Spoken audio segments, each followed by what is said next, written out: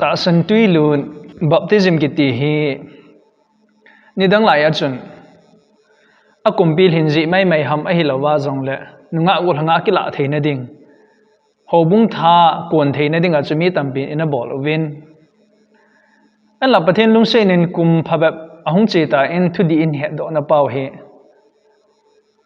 tu ni khoi ba na hele nidanga anaki che pi ho he hobung kon khat chun ana bol na lai ding hamwang ka he po in Pathen thu jilna nei sangta ta in nei wa chukil le hobung sunga pastor hol ha cha ho china them na sangta ta nei ho a ko na ha thudih ahum do pha na hin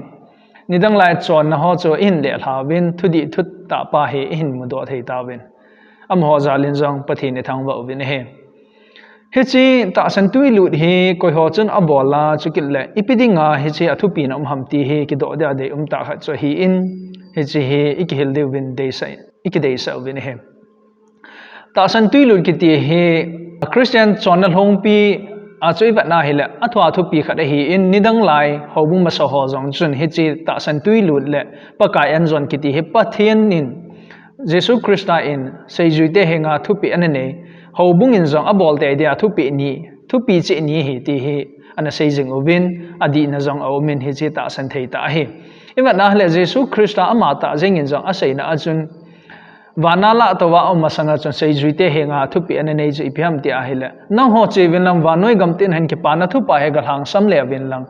ata san chu seijuin ga semun lang apa acha lagau thing minin baptize ga volunteer Matthew bung som ni le get songa asai kho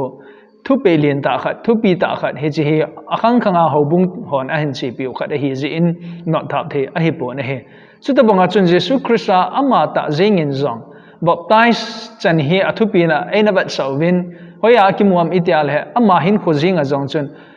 Pathen lengama awai kon ma a chun zon bap tuilu sa zon khona chun baptize ana change ti he akimu in Jesus Christa tui lut cho ipi athupi na hamti hi thu do chom hitale ama hin khojing ta azong chun athupi na mu do theijin aume ti pa hi sei do no mu bin hem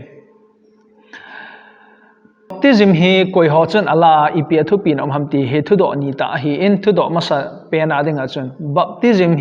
hi Koyin abol thei ding ham ti pa hi thu do hi in hi chi Bible thu a kona pansa na in nei devin ikidei so vin he by lam ta sei ding in baptism kiti hi alola baptize an kiti hi kum Pilhin ji mai gol han nga ahung hi ji a ki bol'a hi po in chukile inya wa pa na taw na hin man ji alo hoi ni hung kai ji Sunday school a hung zaw ji mai as ki bol'a hi po in hi ji Jesus Christa ta san neya Jesus Christa hu hingpul alyang pa akisana Jesus Christa nungzui dinga ki gel ha anan hin neya ai lo wa le Jesus Christa ta san na kanei tai ti ama kamsang ta hung po da ama ki gel ha na hung thei pha chule ama ho chen abol thei ding hi ti pa hi Bible thu hila ko na mu do thei hi ho ji hoi lai mu na ki muam itia haila Pentecost ni a sei Peterin mi asang azala thu ana sei pa kai Jesus Christa thu ana sei hang le a sang som thum ta bang chun hichi Jesus Christa ata sana anei phat of chun seijui ho to ama ho chu baptize achang ove ti hi sol cha te le khabu bung ni na lama chun mu do theijin akilang in he chuta bang ma achun sol cha te le khabu sungma ma abung ge sung chu sima he le Ethiopia gama nu ke sopa hin kho chung changa jong chu mu do the hi ama hin Pathen thu aza akona chun Christa ata sana anei phat chun sol cha Philip khona chun baptize ana change ti pa he akimud ane achu ta la hichi thumun te ni akona mu do thei se pyam itia hal Jesus Christa ta sana Pathen thu a het che na ki het che na hin nei te chun baptize Abol'A hi ti pa jong hi akimu in he mundang dang akona jong su mu do thei he jong le hang pi a ki che ta he do thei kha chu hichi thumun te ni akona jong chu koi ho chun baptize Abol'A thei deu ham ti pa hi het do thei hi Jesus Christa ta sana ne ya Jesus Christa nungzui dinga ki yal ha nei ho chun hichi baptize Abol'A thei hi ti pa jong hi mu do thei hi ai la ipidinga chu hichi baptize bol hi ngai kho monga chu ke la ipi athupi na ham ti pa jong hi ki do de wa de ihet te de wa de ta kha chu hi ne he ama sa pe na chun Jesus Christa hinna in nei pharwa je je baptize in bol de hi in achu tia hele baptize an he Jesus Christa nungzui te adinga kalson ke patna hi ti pa jong hi mu do the hi aji chu Jesus Christa nungzui hi theina di wa chun he je baptize chan jong hi thupi ta khat hi aji chu Jesus Christa ama ta na se ya chun seizui ata san chan chu seizui in ga semun lang am ho chu baptize ga apa acha thagau thing min baptize bolun ati chu baptize an kiti hi Jesus Christa seizui khat hi na a kalson do na dinga apat na hi ti pa jong hi Matthew bung som ni ligit chang som le ko som ni na lama chu isim da ovin he he ti ta lo jong tuilut ta san tuilut kiti hi ho bung akiti teng hala ta san cha te ka sei na hen ta san cha te la a mi khat member khat ka hitai tia ke phone na ai lo la ki sim na jong a hi ti pa jong mu do the hi ama nu ama pa ham khat chun Jesus Christa hin na ai nei da tinga la ho bung ata san cha te Maiya chu ke ma jong Christa ho bung ka hitai ti ke phone do na Christa a hin nei ka hitai Christa atiba khat ihita ve tia zapi Maiya a phone do na jong khat a hi ti pa jong hi athu pi na hi ta san cha te to tipum khat tiba chom chom he jong la tipum khana khom hi ta ve ti cho baptize a chan chun avat sai ne he amun ho bung ti cho local church adinga cho hi chi athwa thu pi khat he ipijin nam ti la baptize chan ki ti cho thak kila theina mai ding a hi pu in